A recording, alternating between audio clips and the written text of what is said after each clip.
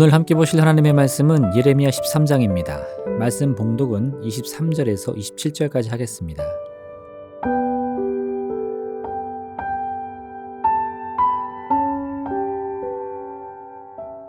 굿스인이 그의 피부를, 표범이 그의 반점을 변하게 할 수 있느냐? 할 수 있을진데 악에 익숙한 너희도 선을 행할 수 있으리라. 그러므로 내가 그들을 사막바람에 불려가는 건불같이 흩으리로다. 여호와의 말씀이니라. 이는 내 몫이요 내가 헤아려 정하여 내게 준 분깃이니 내가 나를 잊어버리고 거짓을 신뢰하는 까닭이라. 그러므로 내가 내 치마를 내 얼굴에까지 들쳐서 내 수치를 드러내리라.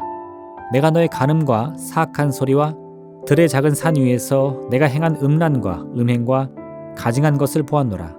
화 있을진저 예루살렘이여 내가 얼마나 오랜 후에야 정결하게 되겠느냐 하시니라. 아멘.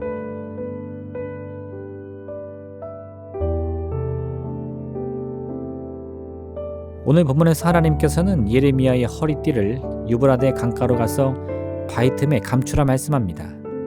얼마 후에 예레미야에게 다시 가서 그 허리띠를 가져오라 말씀하셨는데 예레미야가 가보니 이미 띠가 상하여 쓸 수 없게 되었습니다. 그 순간 하나님께서 예레미야에게 지금 이스라엘이 그 썩어버린 허리띠와 같다고 말씀합니다. 그리고 오늘 이 본문의 말씀이 예레미야에게 주어집니다. 구스는 오늘날의 에티오피아입니다. 그들의 피부는 검은색을 띠고 있습니다. 표범은 온몸에 검은색 반점을 가진 맹수과 동물입니다. 하나님께서는 검은색 피부를 가진 사람이 스스로 피부색을 바꿀 수 있는지 묻습니다.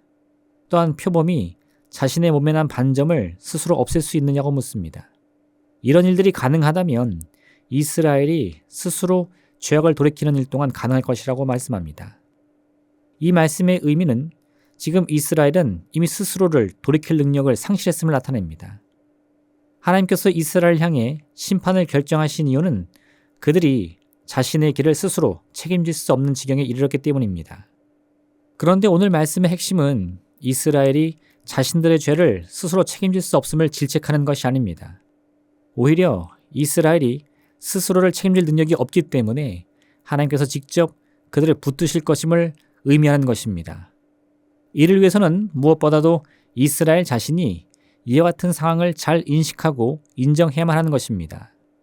고집스러운 아이는 부모의 만류에도 꼭 자신이 하고자 하는 일들을 하는 법입니다. 가는 아이가 처음 숟가락질을 할 때 보면 아이는 아직 숟가락질이 익숙치 않아서 먹는 양보다 흘리는 양이 더 많습니다. 옆에서 지켜보던 부모는 답답한 마음에 아이의 손에서 숟가락을 빼앗아 음식을 입에 넣어줍니다. 그럼 이 아이는 음식을 흘리지도 않고 숟가락에 담긴 음식을 맛있게 먹을 수 있음에도 불구하고 때를 쓰며 숟가락을 달라고 보챕니다. 다 큰 성인이라고 해서 다를 것이 없습니다. 아이는 실수와 잘못을 통해 학습하며 실력이 늘어나기라도 하지만 성인의 경우에는 아무것도 남는 것이 없는 경우가 대부분입니다. 누구나 자신의 실수나 잘못을 지적하면 이를 새겨듣고 고치려 하기보다는 자신을 지적한 사람에게 앙심을 품습니다. 지적받았던 나쁜 습관이나 행동이 고쳐지지 않는 것은 당연한 결과인 것입니다. 어떤 일에 실수를 하거나 잘못을 하더라도 자신의 부족함을 인정하기보다는 상황을 탓하거나 함께 일한 사람들에게로 책임을 돌리고만 하는 것입니다. 이런 일이 빚어지는 이유는 내 자신의 연약함을 스스로 인정하려 하지 않기 때문입니다. 실패의 핵심적인 원인이 내게 있더라도 상관없습니다. 내 부족함을 인정하고 내 연약함을 고백할 때 문제의 해결점이 보이는 것입니다. 지금 하나님의 심판 앞에 서 있는 이스라엘이라고 해서 다를 것이 없습니다. 이제 더 이상 돌이킬 기회조차 사라져버린 이 절망의 순간이라도 하나님이 주시는 회복의 기회는 여전히 남아 있습니다. 이를 위해 이스라엘은 이제 자신들의 상황은 이미 스스로를 책임질 수 없는 상황임을 인정하고 오직 하나님께 모든 것을 맡기기로 결정해야만 하는 것입니다. 시편 22편을 보면 다윗은 자신의 뼈가 밀랍 인형같이 녹아내릴 것 같은 상황이라고 고백을 하면서도 이 절망의 순간을 오직 하나님께만 맡길 것을 다짐합니다. 여호와여 멀리하지 마옵소서. 나의 힘이시여 속히 나를 도우소서. 내 생명을 칼에서 건지시며 내 유일한 것을 게으슬에게서 구하소서. 다윗은 그 인생에서 참으로 기적적인 일들을 많이 경험했습니다. 어린 시절에는 용사 골리앗과 싸워 승리했습니다.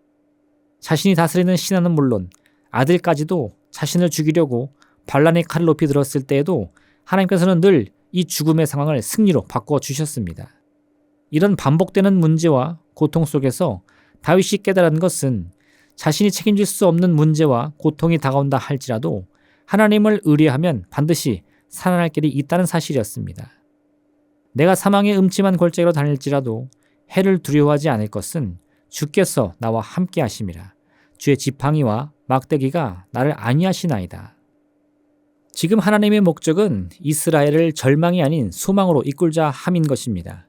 이스라엘은 자신들의 운명을 스스로 책임지겠다며 큰 소리쳐 보았지만 그들에게는 이미 그런 힘이나 능력이 전혀 남아있지 않습니다. 이런 절망의 상황에서 하나님이 택하신 방법은 사랑하는 백성들을 징계함으로써 그들의 운명을 바꾸는 것이었습니다. 온 예루살렘 도성이 무너지고 불타오를 때 그때서야 이스라엘은 자신들의 나약함과 무능함을 직면하게 될 것입니다. 지금껏 자신들이 쌓아올린 모든 영광과 존귀의 탑이 얼마나 무기력한 모래성인지를 알게 될 것입니다. 이런 허무함과 절망 속에서 이제 그들은 어떻게 해야 하는 것일까요? 진정한 반석이신 하나님께로 돌아가야 하는 것입니다. 터진 물 웅덩이를 끌어안고 갈증이 해결될 것을 기대할 것이 아니요 진정한 생수의 강이 되시는 하나님께로 달려가서 자신들의 모든 갈증과 굶주림을 체험받아야 하는 것입니다. 우리 인생이 막다른 길에 다다랐을 때 우리는 우리 운명이 끝이 났다고 느낍니다. 그러나 하나님의 선하심과 인자하심을 믿음으로 붙잡을 때 우리는 그 막다른 길에서도 우리가 발견하지 못한 피할 길이 어딘가에 반드시 존재함을 깨닫게 되는 것입니다. 이스라엘은 황폐화된 예루살렘을 바라보면서 이 길을 찾아나갑니다. 그날이 오면 원수의 칼에 환난과 고통이 온 도성을 뒤덮겠지만 그것으로 모든 것이 끝났다며 절망해서는 안 되는 것입니다.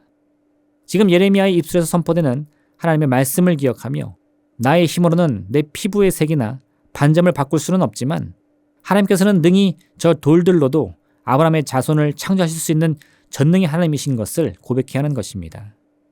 우리에게 남은 유일한 희망은 전능의 하나님께서 곧 우리를 위한 구원의 하나님이 되어주시겠다는 약속의 말씀인 것입니다. 그것은 유일하면서도 반드시 우리의 운명을 바꿀 수 있는 절대적인 약속인 것입니다.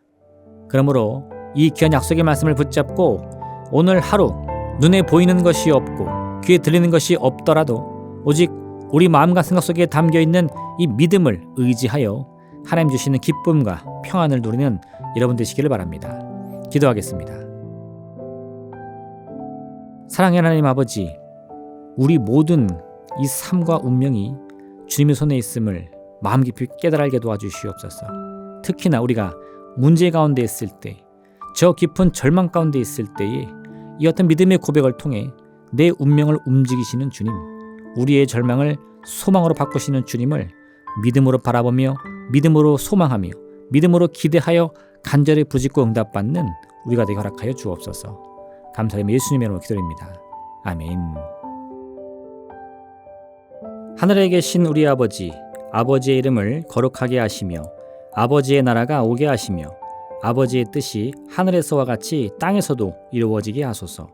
오늘 우리에게 일용할 양식을 주시고 우리가 우리에게 잘못한 사람을 용서하여 준 것 같이 우리 죄를 용서하여 주시고 우리를 시험에 빠지지 않게 하시고 악에서 구하소서. 나라와 권능과 영광이 영원히 아버지의 것입니다. 아멘.